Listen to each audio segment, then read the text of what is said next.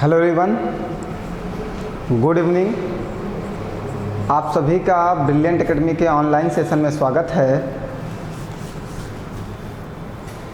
बच्चों, हम लोग डीआई की क्लास डिस्कस कर रहे हैं और डीआई अब अपने अंतिम चरण पे है। एक दो क्लासेस और देनी है आपको डीआई की, बस इसके बाद आपका डीआई समाप्त हो जाएगा। और जिस तरह आप पढ़ाई कर रहे हो उस तरह हमें लग रहा है कि डीआई आप अच्छे से कर लोगे, क्योंकि हम देख रहे हैं पढ़ने वाले बच्चों की संख्या कम है। डीआई सभी लोग नहीं पढ़ रहे हैं, इसको इम्पोर्टेंस नहीं दे रहे हैं, उन्हें लग रहा है ये आसान आएगी। हमने इसीलिए एक दो तीन क्लासेस थोड़ा सा हार्ड कर दी कि अगर मान लीजिए हार्ड तो आना ही आना, थोड़ा सा तो लेवल बढ़ाना ही बढ़ाना है। क्योंकि आप अगर युवा विकास अधिकारी और वीडियो का पेपर देखेंगे तो वहाँ पे डीआई कठिन आई थी, तो थोड़ा से तो कठिन आनी ही आनी है। तो जब कठिन आएगी तो आप कैसे करोगे, इसलिए मैंने थोड़ा सा हार्ड कर दिया है। ज़्यादा हार्ड भी नहीं किया है, थोड़ा सा हमने लेवल बढ़ाया है। और ये लेवल बहुत ज़्यादा नहीं होता कंप्यूटर के लिए, एक कंप्लीशन वाले विद्यार्थी के लिए ये लेवल जो है बहुत ज़्यादा नहीं होना है, ये पर्याप्त है। यहाँ तक कि अगर आप अच्छे से पढ़े होगे तो हमें उम्मीद है कि आप पेपर अच्छा करोगे, और अगर नहीं पढ़े हो तो हमें उम्मीद है कि बहुत अच्छा करोगे। ठीक है, आप दोनों चीज़ में बहुत माहिर हो। पढ़ के जाओगे तब भी अच्छा करोगे, नहीं पढ़ के जाओगे तब भी अच्छा करोगे। बस आपका पेपर अच्छा होना चाहिए, और आप पढ़ो या ना पढ़ो हमें कोई प्रॉब्लम नहीं है। आप पेपर अच्छा करके आओ, पढ़ो या ना पढ़ो मुझे कोई प्रॉब्लम नहीं है, लेकिन पेपर ख़राब हुआ तो मुझे बहुत प्रॉब्लम है। ठीक है, हम इतनी मेहनत करते हैं आपके लिए, नोट्स बनाते हैं, क्लास पढ़ाते हैं, अपलोड करवाते हैं, आपके क्वेश्चन का आंसर देते हैं। हमने बोला कि आप पीडीएफ के लिए टेलीग्राम चैनल ज्वाइन कर लीजिए, टेलीग्राम से खूब नोट्स डाउनलोड करिए। हमने ये जो आपकी डीआई है इसके प्रैक्टिस के भी क्वेश्चन डालना स्टार्ट कर दिया है। प्रैक्टिस वाले क्वेश्चन डाउनलोड कर लो, अलग से मैं डाल रहा हूँ कि आप प्रैक्टिस कर सको। और क्या चाहिए आपको, सब कुछ तो मैं करे दे रहा हूँ आपके लिए, आपको सिर्फ पढ़ना ही तो पढ़ना है, आप पढ़ भी नहीं सकते हो। दूसरी चीज़ है, जो 12 के एस्पायरेंट्स हैं, जितने भी विद्यार्थी हैं हमारे शहर के हैं, उनके लिए हम एक सुविधा और जल्द से जल्द प्रोवाइड करेंगे। बस गवर्नमेंट परमिशन दे दे, ऑफलाइन कोचिंग्स के लिए परमिशंस आ जाए। फिर जितने भी 12 के विद्यार्थी हैं जो कंप्यूटर हैं, जो अच्छी तैयारी करना चाहते हैं, जो चाहते हैं कि भविष्य में वो नाम रोशन करें 12 का, और अपने शहर का, और अपने राज्य का, अपने देश का नौकरी पाके, ठीक है, तो उनके लिए भी हम सुविधाएँ करेंगे। कुछ हमने सोच रखा है, बस गवर्नमेंट पहले परमिशन दे दे। लड़कियों के लिए अलग से सुविधाएं होंगी, उन्हें अलग से डिस्काउंट दिया जाएगा। जितने भी गरीब समाज से हैं, जो पढ़ना चाहती हैं, जो आर्थिक स्थिति जिनकी कमज़ोर है, लड़कों के लिए अलग सुविधाएं होंगी, जो आर्थिक रूप से कमज़ोर हैं, सबको अलग अलग से सुविधाएं देके उन्हें पढ़ाया जाएगा। बस मेरा टारगेट होगा कि वो पढ़ें और कुछ ना करें। मेन काम होगा कि उन्हें पढ़ना है, हम कम से कम फ़ी में उन्हें पढ़ाएंगे और अच्छी से अच्छी सुविधाएँ देंगे। ठीक है, लेकिन जितने पढ़ने वाले बच्चे होंगे जो आर्थिक रूप से थोड़ा सा कमज़ोर होंगे, उनके लिए ये व्यवस्थाएं की गई हैं। सब अरेंजमेंट कर लिया गया है। बस जैसे ही गवर्नमेंट परमिशन देती है हम अपना अनाउंस कर देंगे कि, और जितने भी ऑनलाइन हमारे एस्पायरेंट्स हैं जो कंपटीशन की तैयारी करते हैं और हमारे शहर से हैं, उनके लिए भी हमने शनिवार संडे वाली विशेष सुविधा दे रखी कि अगर कुछ भी उन्हें प्रॉब्लम होती तो शनिवार संडे कोचिंग संस्था आके अपनी प्रॉब्लम को सॉल्व करा सकते हैं। सभी प्रकार के टीचर यहाँ पर मौजूद रहेंगे। शनिवार और संडे आपकी क्लासेस भी प्रोवाइड करेंगे। हमने ये सोचा है कि जितने भी हमारे ऑनलाइन स्टूडेंट्स हैं जो हमारे ऑफलाइन क्लास में आके अपनी परेशानियों को सॉल्व करा सकते हैं, उनके लिए मैं विशेष सुविधा दूंगा कि वो शनिवार संडे उनकी स्पेशल क्लास करूंगा, जितने भी ऑनलाइन वाले हैं। और जो बाहर के बच्चे हैं उनके लिए मैं ऑनलाइन ही कोशिश कर सकता हूं कि आपकी प्रॉब्लम सॉल्व हो जाए। आपको अगर प्रॉब्लम होती तो मेरा कॉन्टैक्ट नंबर है, हमारा व्हाट्सएप नंबर है, टेलीग्राम है, सब कुछ है। आप वहाँ से अपनी प्रॉब्लम सॉल्व कराओ। जो भी बाहर के मेरे प्यारे विद्यार्थी हैं, प्यारे बच्चे हैं, वो लोग बाहर वाले जो यहाँ नहीं आ सकते हैं, जो हमसे अपनी समस्याएं नहीं शेयर कर पा रहे हैं, वो हमारे व्हाट्सएप से शेयर करें, हमारे कॉल पे शेयर करें, हम आपकी समस्या वहाँ से भी सॉल्व कर देंगे। 12 वाले तो आसपास के जितने भी हैं वो सब आ जाएंगे, उनकी यहाँ पे सॉल्व हो जाएगी। ठीक है, तो आपको तैयारी करनी है, आप किसी भी प्रकार की समस्या न लो, किसी भी प्रॉब्लम को मत फेस करो, हम उसके लिए हैं, हम सारी समस्याओं का समाधान करेंगे। अगर आप आर्थिक रूप से कमज़ोर हो तब भी हम समाधान करेंगे। अगर आपको पढ़ाई में प्रॉब्लम है, कोई सुविधाएं आपको नहीं मिल पा रही, उसके लिए भी हम प्रयास करेंगे। सारी नोट्स आपके लिए अरेंजमेंट करा देंगे, सारे नोट्स का हम प्रिंट आउट दे देंगे, आपको सब कुछ करा देंगे। बस आप पढ़ाई करिए। ठीक है, आप ज़्यादा से ज़्यादा लाभ ले सकते हैं। जितने ही बच्चे यहाँ मैथ्स की नोट्स लेना चाहते हैं वो ऑफिस आके ले सकते हैं, क्योंकि यहाँ पे अवेलेबल है, हमारी नोट्स अवेलेबल हैं, आप आके ले लो। ठीक है, सारे चैप्टर के अवेलेबल हैं, आप जिस चैप्टर की चाहोगे उस चैप्टर के आके नोट्स ले लो। ठीक। चलिए DI स्टार्ट करते हैं। जो अभी हमने पहली क्लास में पढ़ाया है, इससे पहले वाली क्लास में, उसमें DI का लेवल थोड़ा अच्छा डाला था, 2 ही क्वेश्चन हो पाए थे, समय चला गया था ना। ठीक है, चलिए आज वाली क्लास में भी हम कोशिश करते हैं। हमने 4 क्वेश्चन पढ़ाने कहा था पिछली क्लास में, अगर 4 क्वेश्चन पढ़ाते तो 2 घंटे चले जाते। चलिए आज वाली क्लास में हम 3 क्वेश्चन से 4 क्वेश्चन की कोशिश करेंगे, आप भी साथ दो, हो सकता है शायद कवर हो जाए। ठीक है, चलिए आइए पहला क्वेश्चन देखिए। पहला क्वेश्चन कह रहा है, आपको जो पहला क्वेश्चन है वो कह रहा है a total number of students admitted in a university in various field. एक जो है कोई यूनिवर्सिटी है जिसमें अलग अलग, a total number of students admitted in a university in various fields, अलग अलग जगह पे हमारे जो हैं बच्चे जो हैं वो एडमिशन लेते हैं। ठीक है, एक यूनिवर्सिटी में अलग अलग फील्ड, मतलब कोई जैसे यहाँ पे लिखा हुआ है EEE कोई है होगा, कोई HM है मीन्स होटल मैनेजमेंट है, EC मीन्स इलेक्ट्रॉनिक्स होगा, CS मीन्स कंप्यूटर साइंस होगा, IT सेक्टर होगा। ये हमें लगता है कोई BTech की सारी ब्रांचेस दे दी गई हैं, कोई यूनिवर्सिटी है वहाँ पे ऐसी ब्रांचेस होती हैं, तो उसी के बारे में दिया गया है। ठीक है, चलिए समझिएगा आप बात को। और नीचे जो दिया गया है उसमें दिया गया है फील्ड्स दिया गया है, वही जो ऊपर दी गई हैं उन्हीं के बारे में डिस्क्राइब किया गया है। इकोनॉमिक्स है, CS है, IT है, ECE है, EE है, होटल मैनेजमेंट है।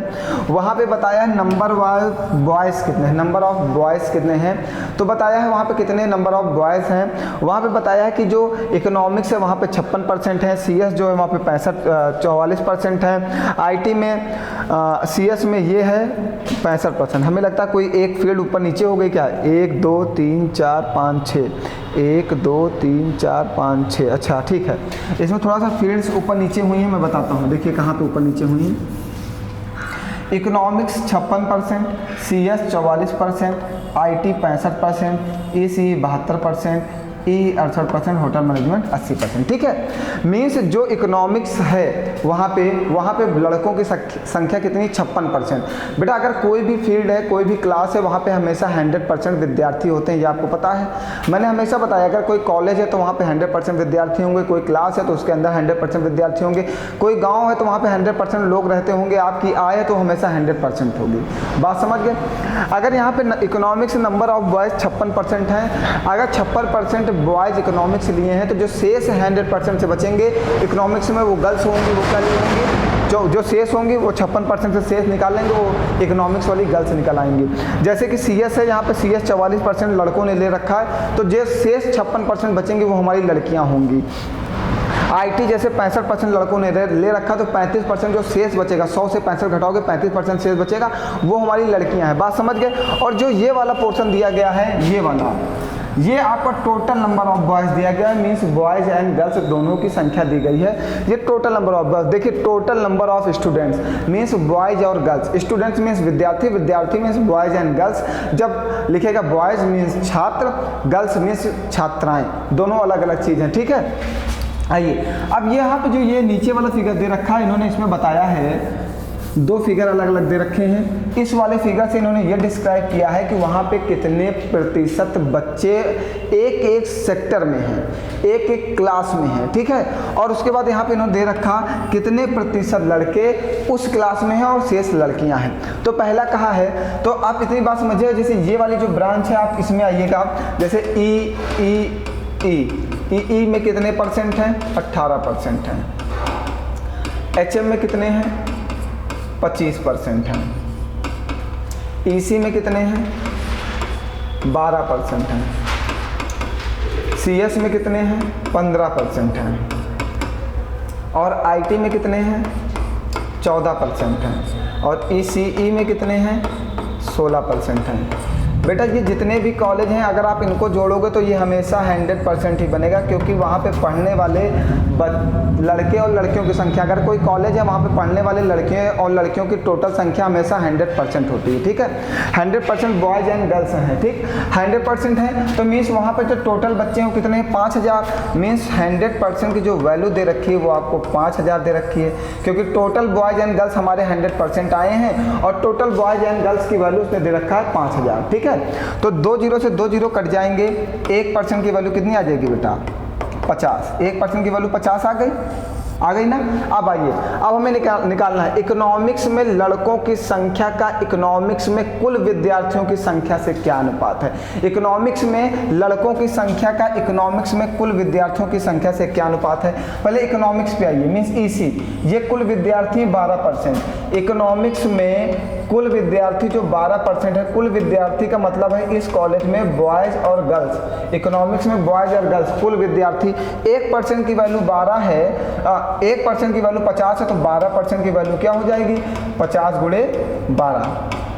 मीन्स वहाँ पे टोटल जो विद्यार्थी हैं बॉयज एंड गर्ल्स इकोनॉमिक्स में वो कितने हैं 600 हैं।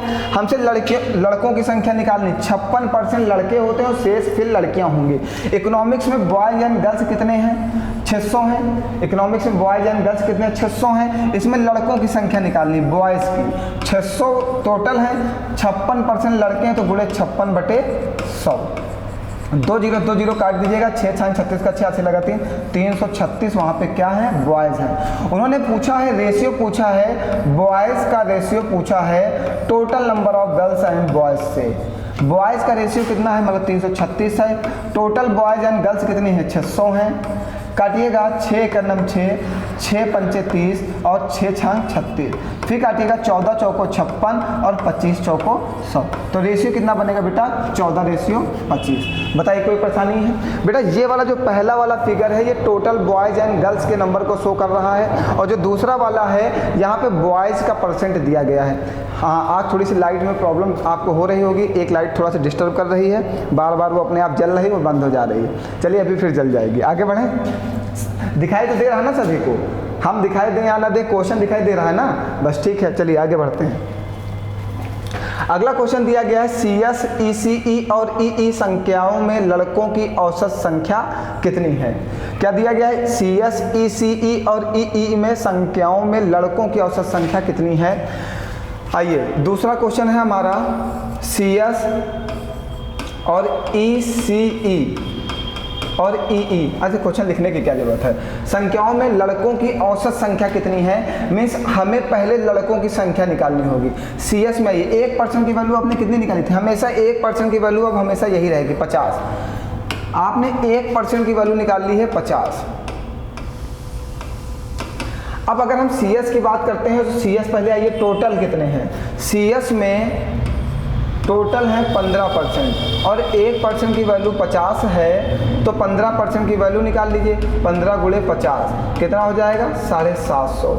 यहाँ पे 750 बॉयज़ एंड गर्ल्स हैं, ठीक है। अब इसमें CS में लड़के कितने हैं 44%, मीन्स 750 का 44% निकाल लीजिए तो आपको पता चल जाएगा कि यहाँ पे कितने लड़के हैं। 25 × 75, 25 चौको 100, 4 × 4, 11 × 33, मीन्स वहाँ पे बॉयज़ की जो संख्या CS में वो कितनी है 330 है। आगे आइए, अगला कौन सा दिया है ECE। अब ECE में आइए, 1% की वैल्यू 50 है। ECE कितना है 16%, 16 गुणे 50, मीन्स वहाँ पे टोटल बॉयज़ एंड गर्ल्स की संख्या हो जाएगी 800। अब आइए इसमें से बॉयज़ की संख्या निकालनी है किसमें ECE में 72%, 800 गुणे 72/100। 20 काट दीजिए, 8 दूनी 16, 86 लगाए 1, 8 7 56, 1 57। तो यहाँ पे टोटल बॉयज़ कितने हो गए 576।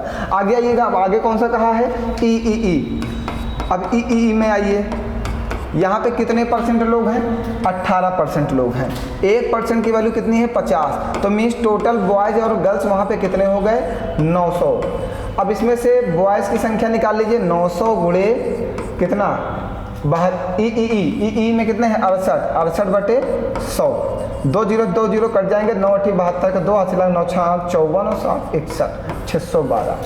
अब देखिएगा CS में बॉयज़ कितने हैं 330, ECE में बॉयज़ कितने हैं 576, EE में बॉयज़ कितने हैं 612। हमने बॉयज़ की संख्या निकाल ली। उसने कहा इन सब में बॉयज़ की संख्याओं का औसत क्या है, एवरेज। एवरेज क्या होता है सभी संख्याओं का योग बटे सभी संख्या। सभी संख्याओं का योग मीन्स पहले वाले में 330 लड़के हैं, दूसरे वाले में 576 लड़के हैं और तीसरे वाले में 612 लड़के हैं। कितने कॉलेज हैं 3 कॉलेज हैं, 3 से डिवाइड करना है। जोड़िए 6 2 8, फिर 7 1 8, 8 3 11 के 1 हासिल लगा 1, 3 1 4 5 4 9 6 15/3। काटोगे 3 25 15 और 3 6 18, आंसर कितना आ जाएगा 506। बताइए कोई परेशानी, सभी को समझ में आ रहा है? कहीं पे कुछ प्रॉब्लम हो तो बताइए। उसने कहा लड़कों की संख्या का औसत बताइए। तो सबसे पहले हमने लड़कों की संख्या निकाली है। जब तक आप लड़कों की संख्या नहीं निकालोगे तब तक आप एवरेज नहीं निकाल सकते हो, ठीक। तो सबसे पहले हमने निकाला कि सीएस में टोटल स्टूडेंट्स कितने हैं, बॉयज एंड गर्ल्स 750 हैं। तो कहा सीएस में 44% लड़के हैं और शेष लड़कियां हैं। तो हमने सीएस में जो टोटल स्टूडेंट था उसका 44% निकाल के 330 लड़कों की संख्या निकाल दी। फिर हमसे कहा ईसीई। अब ईसीई में जो टोटल स्टूडेंट है वो कितने हैं, 16% हैं। 16% है, मीन्स हमने 16% 50 से गुणा किया, वहाँ पे बॉयज एंड गर्ल्स की संख्या आ गई 800 टोटल बॉयज एंड गर्ल्स। तो ईसीई में 72% लड़के हैं, तो 800 का हमने 72% निकाल दिया, कितना आ गया, 576। फिर आ गया है ई मीन्स 18% निकाल के हमने बॉयज़ की पूरी संख्या जोड़ के 3 से डिवाइड कर दिया, ठीक है। चलिए आगे बढ़ें। अगला क्वेश्चन दिया गया, एक विश्वविद्यालय में विभिन्न संख्याओं में प्रवेश लेने वाले विद्यार्थियों की संख्या 5000 है, वही है, मीन्स 1% की वैल्यू कितनी है, 50। आईटी में लड़कियों की संख्या और ईसीई में लड़कियों की संख्या में कितना अंतर है। आईटी में अगर 65% लड़के हैं तो लड़कियां कितनी हैं, 35% हैं, 100 से घटा दिया। अगर ईसीई में 72% लड़के हैं तो लड़कियां कितनी हैं, 28% हैं, 100 से घटा दीजिएगा, शेष जो बचेगा वही लड़कियां आएंगी। जैसे इकोनॉमिक्स में 56% लड़के हैं तो 44% क्या हैं, लड़कियां हैं। ऐसे 100 से घटाइए। किसी भी क्लास में 100% बॉयज एंड गर्ल्स अवेलेबल होते हैं और 100 से जब घटा दोगे लड़कों का परसेंट तो लड़कियों का प्रतिशत निकल आएगा। आगे बढ़े, अब समझिएगा। आईटी में लड़कियों की संख्या, पहले आईटी में आइए। आईटी में टोटल स्टूडेंट्स कितने हैं, 14%। 1% की वैल्यू 50 है, तो आईटी में आइए 14 गुणे 50, वहां पे टोटल बॉयज एंड गर्ल्स हो जाएंगे 700, ठीक है। टोटल बॉयज एंड गर्ल्स हो जाएंगे 700। लाइट देखिए फिर सही हो गए, यही चलेगा। आज की क्लास डिस्टर्ब होगी लाइट की वजह से, थोड़ा टेंशन मत लेना, ठीक है। वैसे मैं दिखाई दूँ ना दिखा दूँ, क्वेश्चन दिखाई देना चाहिए, ठीक। आईटी में कितने हो गए, 700 बॉयज एंड गर्ल्स हो गए। समझते जाना प्यारे बच्चों, सभी लोगों को मेहनत से समझना है। ऐसे क्वेश्चन ही आपके पेपर में पूछे जाएंगे। आप बिल्कुल देख कितना, मतलब 2-2 फिगर दे रहा है, ऐसे क्वेश्चन आपके पेपर में आएंगे। मान के चलिए 2 क्वेश्चन तो ऐसे आने ही आने, 2 क्वेश्चन में 10 क्वेश्चन, ठीक है। और जो हमने पहली क्लास में पढ़ाया 3 क्लासेस, उसमें से 2 आएंगे। 2 थोड़ा सा लेवल बढ़ा के देगा तो थोड़ा सा आसान देगा, ठीक है। अब हमने आईटी में निकालिए टोटल कितने स्टूडेंट्स हैं, बॉयज एंड गर्ल्स 700। तो आईटी में लड़कियां कितनी हैं, 35% हैं। तो 700 का 35% निकाल लो, लड़कियों की संख्या निकल आएगी कितनी, 20 20 7 25 35 का 5 हाथ से लगा 3 7 21 और 3 24, ये गर्ल्स की संख्या आ गई। अब आ गया ये, क्योंकि हमने लड़कियों की संख्या इसलिए निकालना है क्योंकि उसने लड़कियों की संख्या में ही अंतर पूछा है। बात को ध्यान समझिएगा। अगर लड़का पूछता तो सीधे हम 65% निकाल देते, लड़कों की संख्या में अंतर निकाल दे, लेकिन उसने लड़कियों की संख्या में अंतर पूछा है तो हम लड़कियों की संख्या निकाल रहे हैं। 65% से कितना बचा, 35%। आगे आइएगा, अगला कौन सा है, ईसीई। समझते चलना सभी लोग। मजा आ रहा है कि नहीं, आज मजा नहीं आएगा। ईसीई में क्या है, 16% टोटल छात्र हैं, 1% की वैल्यू 50, तो 16% की वैल्यू हो जाएगी 800। मीन्स यहाँ पे टोटल बॉयज एंड गर्ल्स 800 हैं। लड़कियाँ कितने परसेंट हैं, 28% है। तो 800 का 28% निकाल दोगे, हमें लड़कियों की संख्या मिल जाएगी। 20 20 काट दीजिए, 8 8 64 का 4 हासिल लगा 6, 8 दूनी 16 6 22, 224 लड़कियां यहाँ पे आ गई। अब हमसे कहा क्या है, आईटी में लड़कियों की संख्या और ईसीई में लड़कियों की संख्या में अंतर बताइए। मीन्स आईटी में लड़कियों की संख्या माइनस ईसीई में लड़कियों की संख्या। आईटी में लड़कियों की संख्या कितनी है, 245, और ईसीई में कितनी है, 224। दोनों को माइनस करोगे कितना अंतर आएगा, 21। देखिए आंसर में है, बताइए कोई परेशानी है आपको, सब कुछ समझ में आ रहा है। जैसा क्वेश्चन कहेगा वैसा सॉल्व करिएगा, अपना दिमाग मत लगाइएगा, समय नहीं वेस्ट करना है। और ये मत सोचिएगा सर जी बोल रहा हूँ, कैलकुलेशन अगर थोड़ा सा तेज कर दिया जाए तो ये क्वेश्चन भी हम 1 मिनट में सॉल्व कर सकते हैं। और हम आपको बार बार बता रहे हैं, आपका पेपर 1.5 घंटे का है, उसमें अगर कुछ कठिन किया जाएगा तो वो बार ग्राफ है जो आपको थोड़ा सा समय खाएगा, ठीक है। वरना 1.5 घंटे का पेपर नहीं किया जाता, 1 घंटा का 100 क्वेश्चन 1 घंटे के लिए पर्याप्त होते हैं। लेकिन गवर्नमेंट ने 90 मिनट का पेपर कर रखा है, इसका मतलब है वो सिर्फ और सिर्फ आपका लेवल जो बढ़ाएगा वो इसी का बढ़ाएगा, बार ग्राफ का। जीएस कठिन करेगा, चाहे कितनी भी कठिन करे, उसमें क्वेश्चन पढ़ के ही आंसर लगाना है तुरंत का तुरंत। अगर समझ में आ रहा है तो ठीक है, नहीं समझ में आ रहा तो हटा दो। ऐसे ही इंग्लिश है, ऐसे ही हिंदी है, ऐसे ही रीजनिंग में 5 ही क्वेश्चन देना है, उसमें कुछ ज़्यादा कुछ खास कठिन नहीं कर पाएगा। लेकिन मैथ में आपका बार ग्राफ कठिन करेगा थोड़ा सा, ठीक है, थोड़ा सा लेवल बढ़ाएगा। आइए आगे बढ़ते हैं।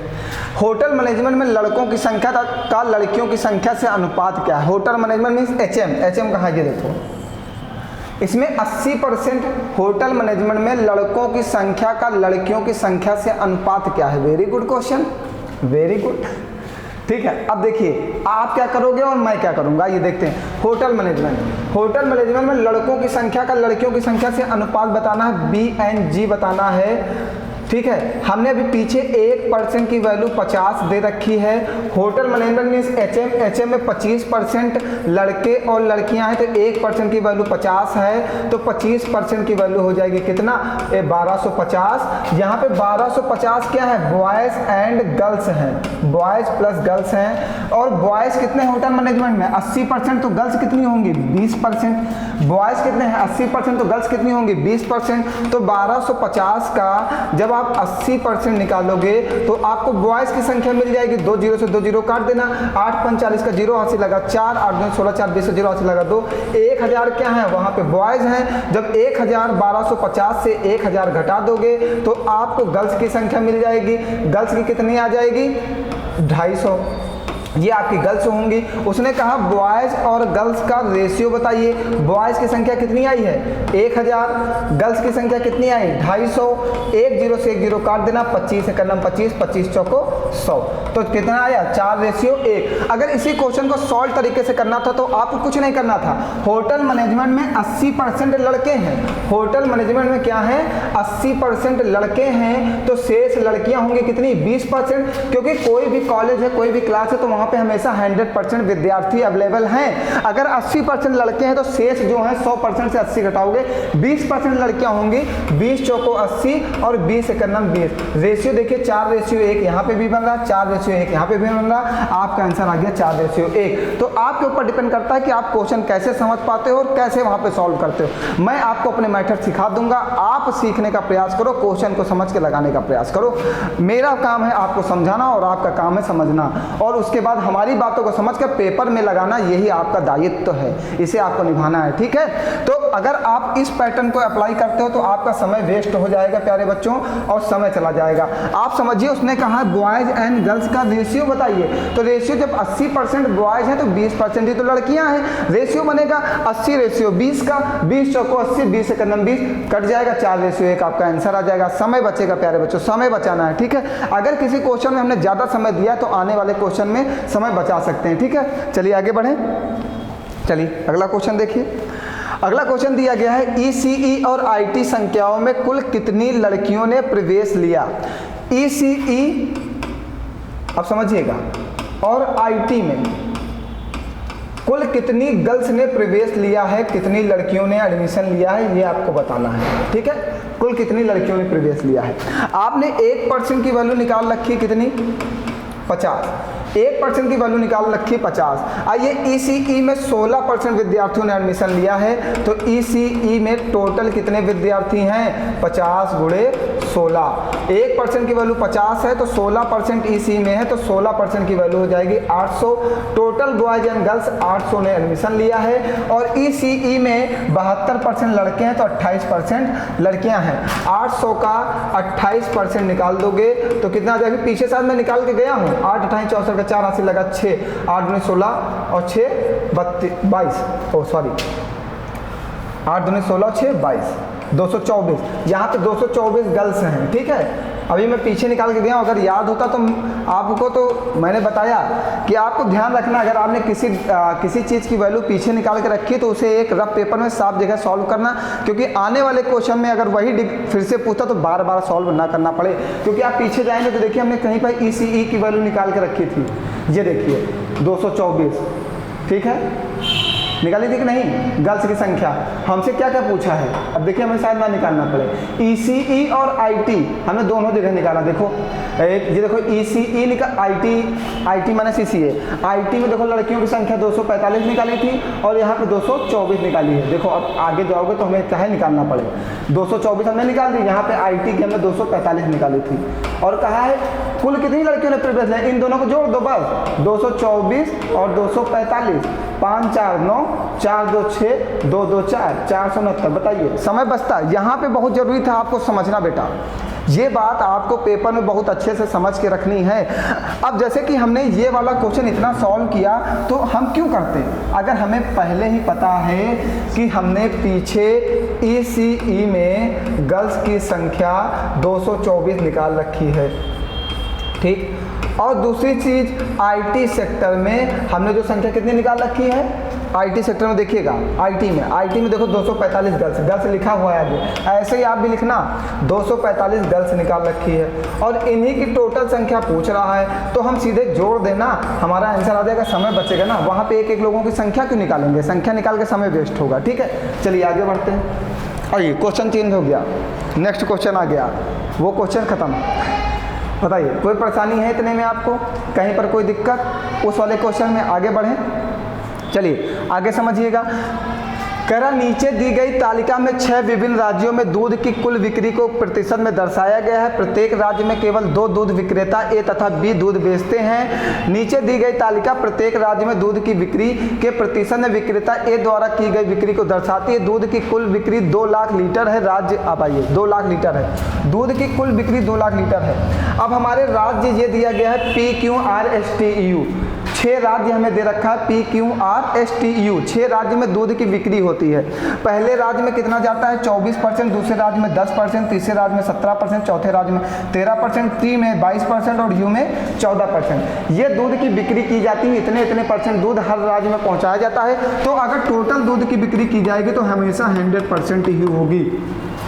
हमने बोला कोई भी आपकी आय है, टोटल दूध है, टोटल विद्यार्थी है, टोटल गांव की जनसंख्या कुछ भी हो, ये हमेशा 100% होगी। आप इसको जोड़ भी लीजिएगा, जोड़ के देख लीजिएगा, ये 100% ही बनेगा। जोड़ के देखिए 7 4 11, 11 3 14, 14 2 16, 16 4 20 का 0 हाथ से लगेगा 2, 2 2 4 1 5 5 1 6 6 1 7 7 2 9 1 10, 100% बना। 100% आपने दूध की बिक्री की है। 100 टोटल दूध कितना है 1 2 3 4 5, 1 2 3 4 5, 100% की वैल्यू आपको दे रखा है इतनी। 1% की वैल्यू कितनी आ जाएगी? सबसे पहले आप 1% की वैल्यू निकालिए 2000, ठीक। हमारे पास ये होना जरूरी है। टोटल दूध बेचा गया, state of sale of milk, दूध की बिक्री, टोटल बिक्री दिखाई गई कि पी जो राज्य है वो 24% दूध लेता है, क्यों जो है 10, टोटल दूध जो है 10% 100% है, उसे 6 राज्यों में बांटा गया है। तो अलग अलग राज्य का अलग अलग कैपेसिटी होगी। जिस राज्य में जनसंख्या ज़्यादा होगी उस राज्य में दूध की डिमांड ज़्यादा होगी, जिस राज्य में जनसंख्या कम होगी उस राज्य में दूध की डिमांड कम होगी।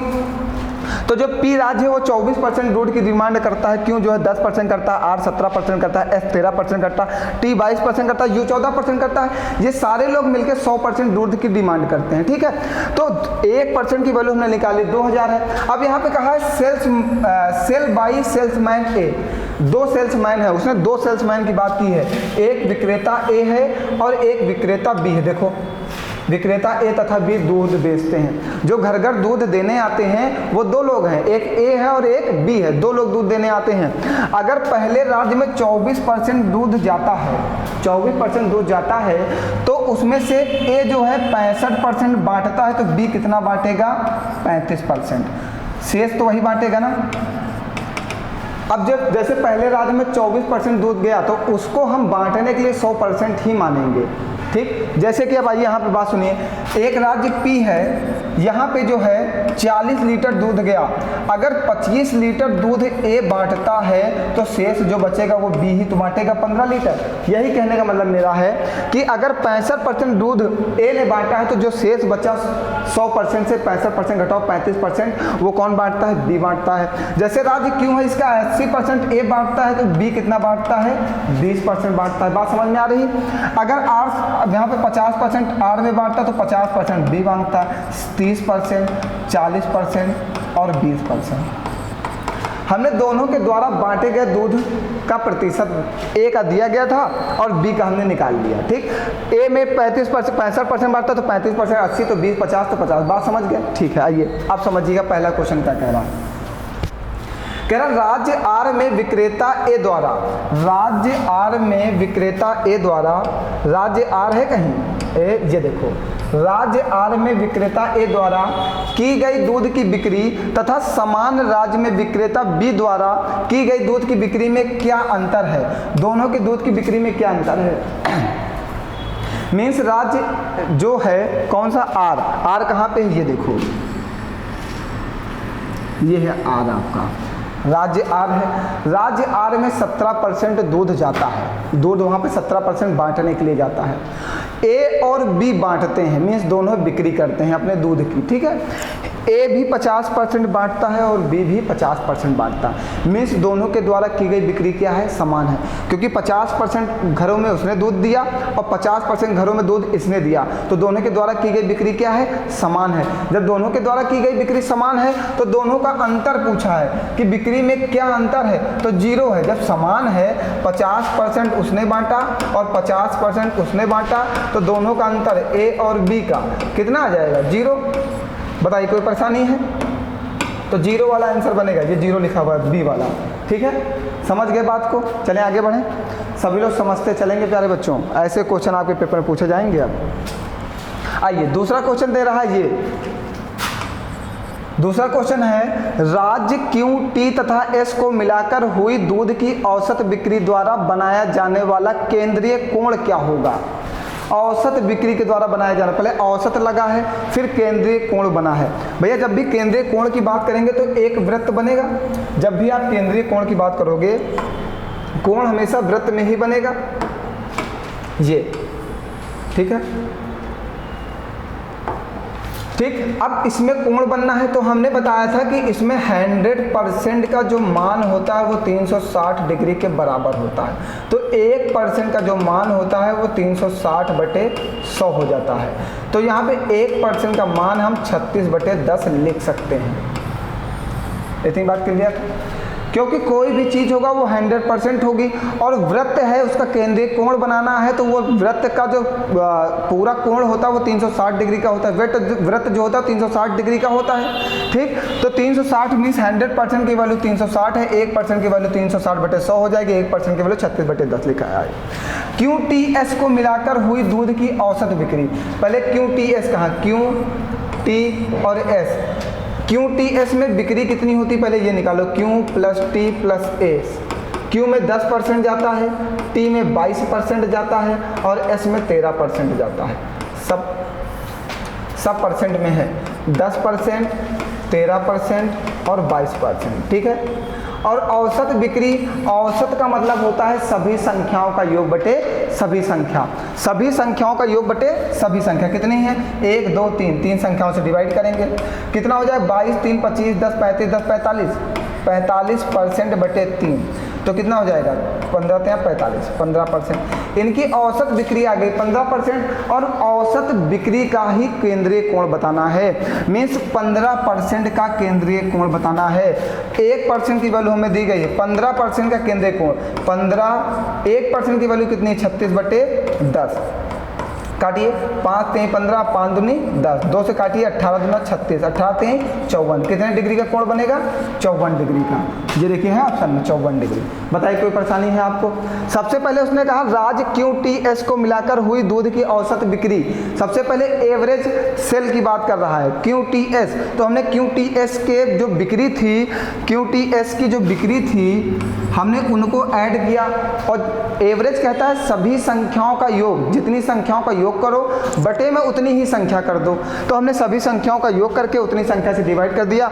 उनकी जो एवरेज बिक्री है वो 15% है। ठीक, और 1% की वैल्यू हमने 36/100 निकाली थी, कोण बदल गया, 36/100 से गुणा कर दिया, कोण आ गया 54 डिग्री। आगे बढ़ें, बात क्लियर है? चलिए नेक्स्ट क्वेश्चन यही नीचे लगा हुआ है तो इसको रब कर रहे हैं, आप समझिएगा।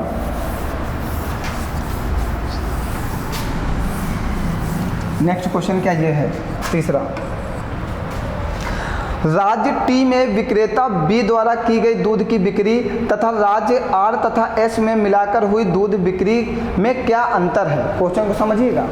राज्य टी में, राज्य टी ये है, राज्य टी में बी द्वारा की गई दूध की बिक्री, तो राज्य टी में ए 60% करता है तो बी कितना करता है 40%। 100 से घटाओगे 60 तो बी का निकल आएगा। ठीक। राज्य एस आर तथा एस में मिलाकर दूध की बिक्री में क्या अंतर है तथा राज्य एस आर तथा एस की कुल बिक्री में कितना अंतर है। चलो ठीक है, आइए पहले राज्य टी में बी की बिक्री निकालो। राज्य टी में, राज्य टी ये है, कहाँ गया ये 22% दूध जाता है और उसका 40% जो है डिलीवरी कौन करता है, वो करता है बी। 40% डिलीवरी बी करता है। परसेंट अगर यहाँ से हटाओगे तो परसेंट का मतलब होता है नीचे कितना 100, यहाँ पे परसेंट का चिन्ह हटाओगे नीचे कितना आ जाएगा 100 और 22 से गुणा करोगे 22 चौको 88, 880 बटे 100, 100 गुणे 100। ठीक है, 2 जीरो से 2, सॉरी एक मिनट क्या कहा है। राज्य टी में विक्रेता बी द्वारा की गई दूध की बिक्री तथा राज्य आर तथा एस में मिलाकर हुई दूध की बिक्री में क्या अंतर है। राज्य टी में विक्रेता बी द्वारा, राज्य टी में विक्रेता बी द्वारा, बी कितना करता है 22% दूध है, इसका 40% वो डिलीवरी करता है, मीन्स 22 चौको 88, 880 बटे 100 कितना 8.8%। ठीक है, 8.8%। अब कैसे आप कहोगे सर जी आपने निकाल दिया। हमने 8.8% इसलिए लिखा क्योंकि देखो 22 चौको 88, ये 880 बटे 100 गुणे 100 बना था। एक जीरो से एक जीरो काट दिया, पॉइंट लगा देंगे तो ये 8.8 बटे 100 हो जाएगा और परसेंट में है तो परसेंट में बदलने के लिए 100 से गुणा करेंगे। तो हमने इसीलिए इसको क्या किया, डायरेक्ट इस तरह लिखा है। आप समझ लीजिएगा पूरी बात को, हम समझा दे रहे हैं। ये जैसे 22% था और 40% था तो हमने 22% को 22 बटे 100 लिख दिया और 40% को 40% ही लिखा रहने दिया। एक जीरो से एक जीरो काट दिया, 22 चौको 88% बटे 10 आएगा और 10 से इसको डिवाइड करोगे 8.8% आएगा। मीन्स राज्य टी में बी के द्वारा की गई दूध की बिक्री 8.8% है।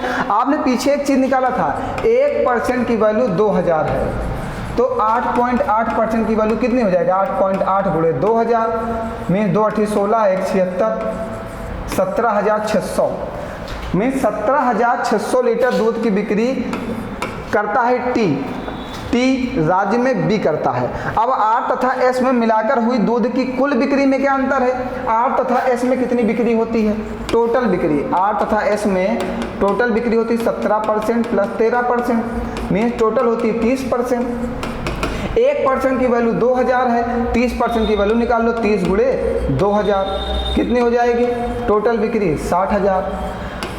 अब यही पूछा है राज्य एस आर तथा एस में मिलाकर हुई दूध की कुल बिक्री में क्या अंतर है। दोनों की बिक्री में अंतर निकालना है, मीन्स आर प्लस एस इनकी टोटल बिक्री माइनस टी की बिक्री, तो 60,000 माइनस 1,76,00 इसको घटाओगे तो आएगा 42,400। मीन दोनों की बिक्री में अंतर है 42,400 लीटर का। बात क्लियर है सभी लोगों को, कोई परेशानी है। कैलकुलेशन है, डीआई कैलकुलेशन पे ही डिपेंड है। डीआई कैलकुलेटिव होती है तो आपको कैलकुलेशन करना होगा, कैलकुलेशन से आप डीआई में नहीं बच सकते, इसीलिए यूपी गवर्नमेंट ने डीआई लगा रखा है। ठीक, कैलकुलेशन हार्ड नहीं है, कैलकुलेशन आसान ही है, बस हमें समझना है। ठीक है, आगे बढ़ें, चलिए लास्ट ये है क्वेश्चन नंबर 4। राज्य पी तथा क्यू में विक्रेता बी द्वारा की गई दूध की बिक्री तथा राज्य आर तथा टी में विक्रेता ए के द्वारा की गई दूध की बिक्री में क्रमशः अनुपात क्या है। ठीक है, राज्य पी तथा क्यू में, राज्य पी तथा क्यू ये है, इसमें विक्रेता बी कितना करता है 35% और 20%। ठीक है, और राज्य आर तथा टी में ए के द्वारा, आर तथा टी में ए के द्वारा, ये राज्य टी, इतना दूर दूर दे देते हैं।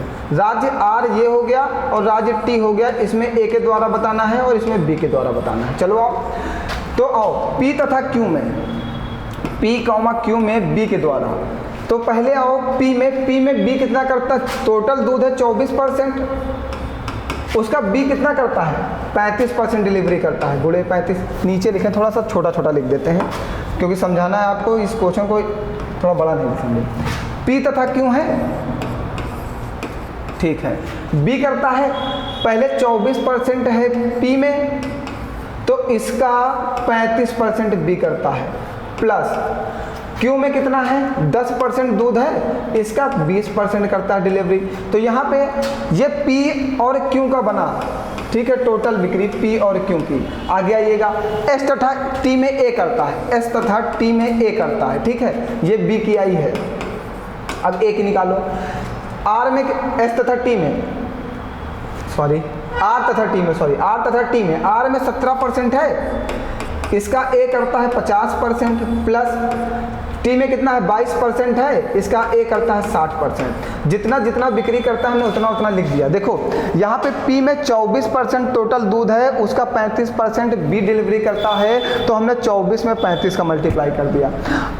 क्यू में 10% टोटल दूध है, इसका 20% ए बी डिलीवरी करता है, हमने 10 में 20 का गुणा कर दिया। और पी तथा क्यू में टोटल बिक्री निकाल ली, बी के द्वारा की गई टोटल बिक्री कितनी है।